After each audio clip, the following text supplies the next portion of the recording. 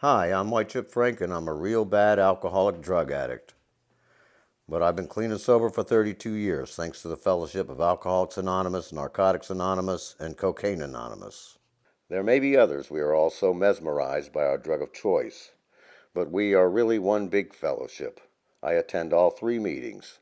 Anonymity is very important. That's why I'm wearing this silly mask. Our fellowship is often mistakenly called a 12-step program, but it's not a program at all. It's simply a fellowship of people who share the struggle to stay clean and sober together. We can do together what we could not do alone. There's a lot of misinformation, so I published a couple books on Amazon, Addicts Anonymous and How Do You Don't. They explain who we are, where we come from, and what we do. They're addressed to the suffering alcoholics and drug addicts. You are not alone.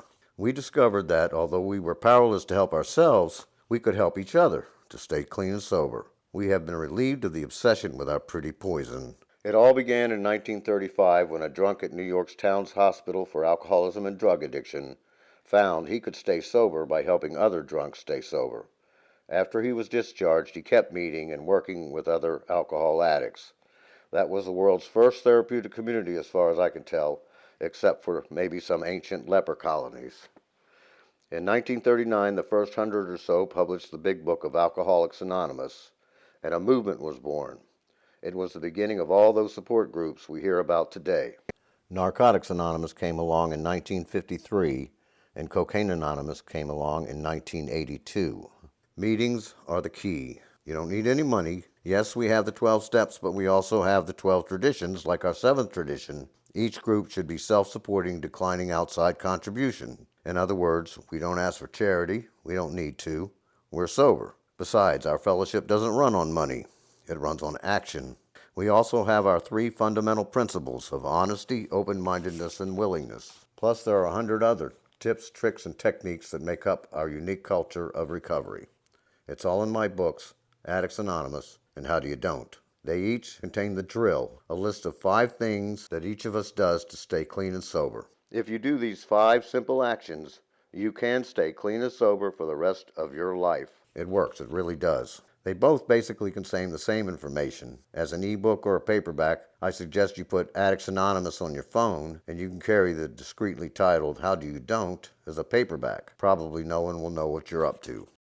Now for the families, friends, and loved ones. We addicts frequently complain they don't understand. Of course they don't understand.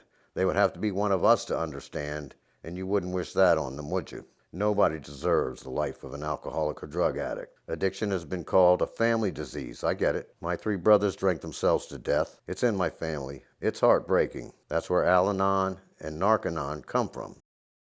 But we understand. We can identify. We are a fellowship based on identification.